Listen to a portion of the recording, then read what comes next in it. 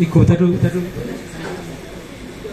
ডেৰমাহমান আগতে ৰায়মানা নেশ্যনেল পাৰ্কৰ অন্তৰ্গত জমদুৱাৰ নামৰ যিখিনি ঠাই আছে, জমদুৱাৰৰ ভূটান পাৰ্টৰ অংশ যিটো আছে তাতে পাঠ কৰা হৈছিল।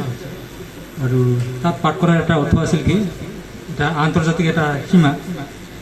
আৰু কবিতাটোত উল্লেখ আছে চে গুভেৰাৰ কথা। চে গুভেৰা এজন বিপ্লৱী আইকন। উল্লেখ আছে এটা প্ৰতীকধৰ্মীৰ নাম ওগুয়েন দৰ্জে, ভূটানী এজন বিপ্লৱী। তাৰপিছত উল্লেখ আছে বক্সা ফৰ্টৰ কথা। আমাৰ ইয়াৰ আলিপুৰদুৱাৰৰ উত্তৰত ভূটান পাহাৰৰ কাষত বক্সা ফৰ্ট নামৰ এটা ফৰ্ট আছে, য'ত ব্ৰিটিছ পিৰিয়ডত বন্দীবিলাকক, বিপ্লৱী বন্দীবিলাকক মানে তাত জেলত ভৰাই ৰাখিছিল চাৰিওফালে। তাৰ কথা উল্লেখ আছে। তো সেইখিনি কথা মই উল্লেখ কৰিলোঁ। হয়তো এনেকৈয়ে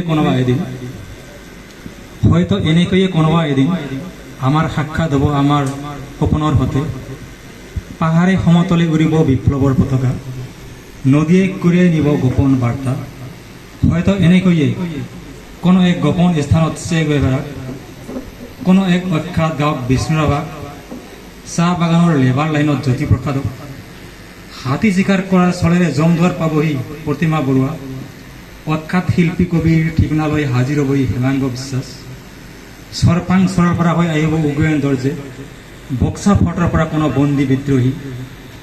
ইয়াতেই লগ পাম অগ্নিযুগৰ ফিৰিমতী, সবাৰ হৃদয় ৰবীন্দ্ৰনাথ গাবলৈ ভূপেন হাজৰিকা, বাজিব ঢোল চিকুং দতৰা আৰু থাকিব বিপ্লৱী গীত।